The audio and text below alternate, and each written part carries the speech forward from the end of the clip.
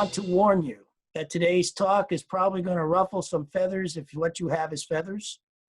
It's going to be a little uncomfortable for some, what I have to say today.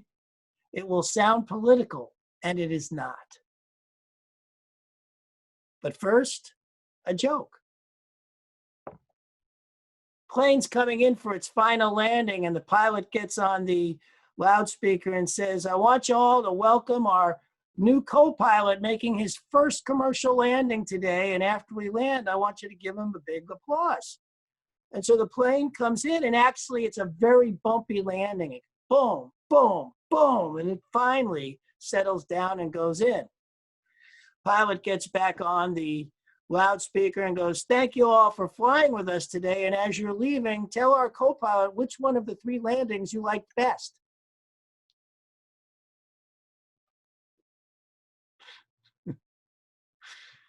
All right, today's talk is called Who's Right? And I've been thinking a lot about this from a very spiritual standpoint. You know, one of the things, you don't know, but one of the things that Alan and I, one of a congregant that you probably all do know, did in the past, what before this whole COVID thing, was sit down and talk politics. And some of our politics agreed and some of them didn't agree. And the one thing we could always agree on is that our view was tainted by the news we listened to. He listens to conservative news, I listen to liberal news. And somewhere in there, there may be some truth. And we, being good spiritual people, spent quite a bit of time trying to find that common ground truth wherever we could. But who was right? I say neither of us. I say no one. You know, we have all these people who think that Trump is just this dangerous, horrible person.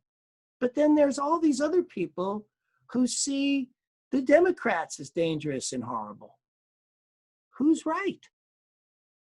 How do you know for certain that you are? How do you know for certain?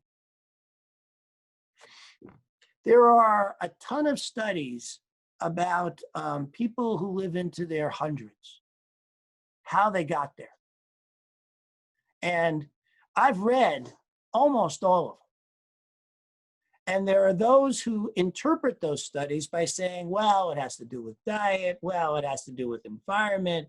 Well, you know, and then when I look at the data, I read it very differently. I see people who smoke all the way into being into their hundreds, who drank, who worked, who didn't work, who retired, who went here, who went there, who lived in good areas, who lived in bad areas. And there's only one thing I found in common with all of them. That almost all the people who made it to 100 were happy. You can make it to 70. You can make it to 80 and maybe even 90 and be miserable. But it doesn't look like a lot of people make it to 100 unless they're actually happy. And so what I offer you today is you either get to be happy or you get to be right, but you don't get to be both. And some of you may be saying, what do you mean? How come I don't get to be right and happy?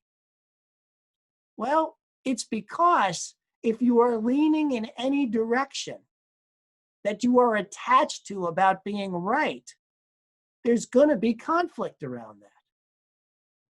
Because somebody else is going to think they're right. There's going to be conflict. It is only when we remember one of my favorite adages, which is truth is only truth if it roots all the way down. And so there are those of us who can look out at what's going on in the world and just go, how horrible everything is. I mean, how horrible our president is treating our, as is his announcements and how he's treating the COVID. And then there are others going, he's doing this great job. There are people who believe he's doing, there is almost as many people who believe of what a great job President Trump is doing as those who think it's horrible. Who's right? I'm on with my high school buddies. We every other week we get together online and do one of these Zoom calls, and and they're all Democrats, as I am. Another thing I'm starting to realize is, how can you not be racist when everybody you hang out with is exactly like you? And I'm guilty of that, because most people I hang out with I met in high school, and they're white and they're just like me. But that's a whole different topic. I won't be getting into that one any deeper on that today. My point is they couldn't believe, they could not understand how somebody could look at our president and go that he's doing a good job, or that he's a good man, or that he's not a racist. They couldn't think that way. They couldn't think that it's even possible that any educated person could believe that our president is, anything but corrupt and criminal and should be out of office. And all I kept thinking about was all the stuff I've been reading on Facebook from people who just think he's this great guy doing this incredible work. And who makes, and you can go, well, I have facts. Well, so do they. So how do you get to a place of truth around all this? When the polarization right now is so tremendously large, and everybody is so certain that they are right. And I say, how you get there is remembering that there's something going on here beyond what we can see. That Trump is not the Antichrist. He's God too. That he must be doing good because he's God. And that the Democrats, Pelosi, or all those others, they're doing, and all the conservatives who think how horrible they are. I have heard people say how much they hated Hillary Clinton. And I don't, but the people who do have as many facts around why they hated her as I do about why I don't. What's the truth? The truth is things must be unfolding for our good. Isn't that what we say about your personal life all the time? No matter what circumstance you're dealing with, must be for your good. Well, if that's true, it has to be for everything, not just our personal circumstances. When I look at our president, I think about myself in relationship to what's going on in our world. And the biggest thing that I recognize is I know way more about what's going on than I did before he was elected. I hear people say that all the time. They're more involved. They're finding out more. They're gathering more evidence, more information. That is one of the greatest gifts that our president has brought us. He has brought to light so many things that I personally was completely unaware of that was going on in our country. I had no idea about how badly racism was still going on in our country until after the election. I didn't know. And I speak to a lot of people. In fact, I speak to people who still don't believe it, who still, with everything going on, do not believe the level of racism actually exists. Who's right? Does it exist? Doesn't it? Who's right? I could argue with them. In fact, sometimes I do. In fact, one of the things that I did was make a choice about getting on Facebook and arguing with every single person who came across my feed who I considered racist. And I did that for, I don't know, maybe a month, at least three, 4 weeks. Until finally I realized, what am I doing? Except trying to prove that I'm right. Did it make me happier that I was doing that? Not even a little. Not even the tiniest of bits. And that's when I realized this is not a good use of my energy, since one of the things that's really important is not only that I am happy, but that by being happy, I model happiness, and I model a way of being in the world that I know everybody wants. Now, am I saying never jump in the fray and never get in there? No. I'm not saying that at all, because we all have what is ours to do. But when we do what is ours to do from our deepest place, we are happy. I notice that when I am doing what I love doing, whatever the results of doing it are, I'm really glad I did it. That the result, that when I look back on what I've done, that I've been really thrilled with doing, that however it turned out does not take away from how much I enjoy doing it. I once said that running a suicide crisis hotline was fun for me. It was from a political standpoint, it was the stupidest thing that ever came out of my mouth, because of that one line, my funding got killed. Nobody could accept that running a suicide crisis hotline could be fun, especially folks who gave money. But it didn't change the truth about it for me. I loved doing it. It was a blast. Being with people in crisis is actually something that nurtured me at that time. There's something about being in our passion, when we do it in a way where we can really feel our passion and be with that raises our consciousness automatically. And we don't have to be right. It doesn't have to work out. Remember that the only thing in life that we don't get back is time. So it's how we spend our time that matters, not the results of how we spend our time.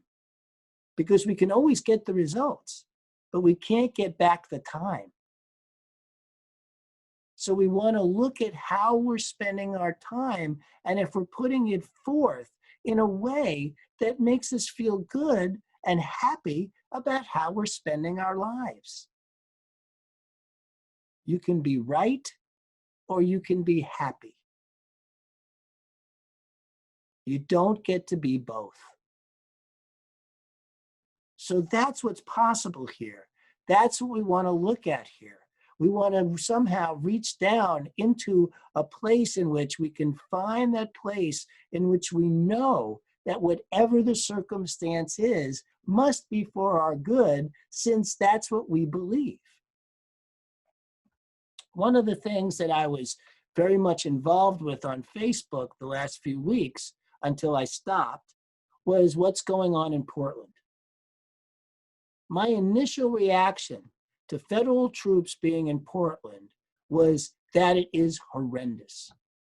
In fact, because of the way the federal troops were behaving, I was sure that I was right, that it is a constitutional crisis. And I stated that on Facebook, and then got all these people in uproar and created this storm where all these people wanted to prove to me how important it was to have those federal troops up there to protect federal property, and how it did not break the Constitution. And I was very quick to prove that they were not just protecting federal property, They were attacking people. And so here I was in this push and pull of being right. And I had plenty of evidence to prove my point, including the actual bill, the law itself that I posted on my Facebook page saying, here's the law that proves what they're doing up there is breaking constitutional law. And then all these people would come on and say how that really wasn't going on, that they knew people who were on the ground up there who said that the protesters were not peaceful the way I kept expressing that they were. And then I found people who were on the ground up there who said that they were peaceful. You see how all this goes? One of the things that I have absolutely learned about life is that we will gain evidence for anything we believe. It doesn't matter what it is you believe. I promise you, it could be the stupidest thing ever, and you will still find evidence. It could be the smartest thing ever, and you will still find evidence. Now, I am not saying don't vote for whoever you believe is the best candidate. I am not saying don't stand up for what is yours to do.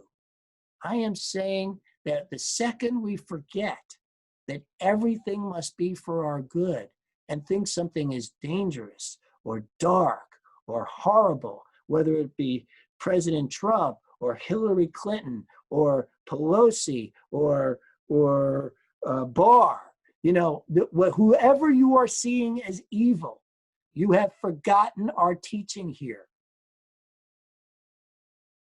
Our teaching is there is good in everything. Our teaching is that it is our job to find that good. Our teaching is to believe in the highest and best comes out of every circumstance. There are so many good things coming out of what's going on right now. So many good things. For me personally, it's all my new information and learning. Things I had no idea was going on in our country has now completely come to light for me.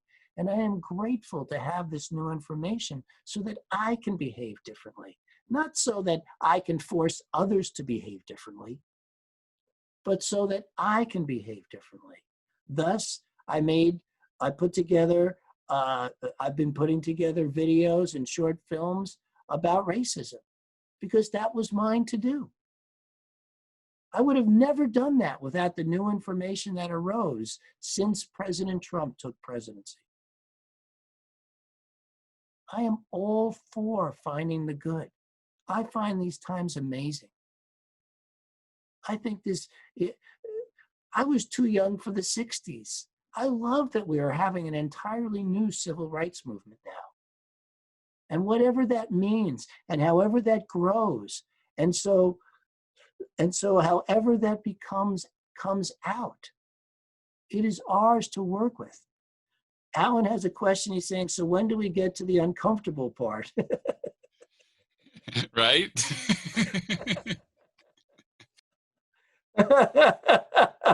We're all quite comfortable with this. Well, good. If you're all really comfortable with this conversation, I'm glad for it. I'm glad. If it's okay, if you can see comfortably all the different sides of how Hillary Clinton had good, Alan, and President Trump has good, and Pelosi has good, and Barr has good. If you can be comfortable with those things, I'm all for it, because it has to be true. That's the thing. There is no danger. There is no danger going on here if we believe that everything is God. If we believe that everything is God, then what we need to root down to is love. Loving it all. That's what I work with every day. is loving all the experiences of my life, not just accepting them. You know, one of the in one of the races, Black Voices videos I did of the mother and daughter. I don't think I used it in the clip I finally came up with, but one of the things the mother said is she didn't just want to be accepted. That accepting wasn't good enough. She didn't just want to be tolerated. She wanted to be fully loved and integrated for who she was, beyond just acceptance and tolerance. This is a time for all of us to be the light bearers and hold the mark. Love, whether it's immigrants, whatever your pet idea about, you know, what we need to be doing to make this country great. Whatever it is, the other side of that is true too. And if you want to be happy, you got to let go of being right.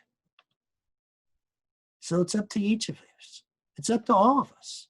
Me too. It isn't like I don't go around thinking I'm right sometimes. My wife would be happy to tell you the strong stance I take about being right sometimes.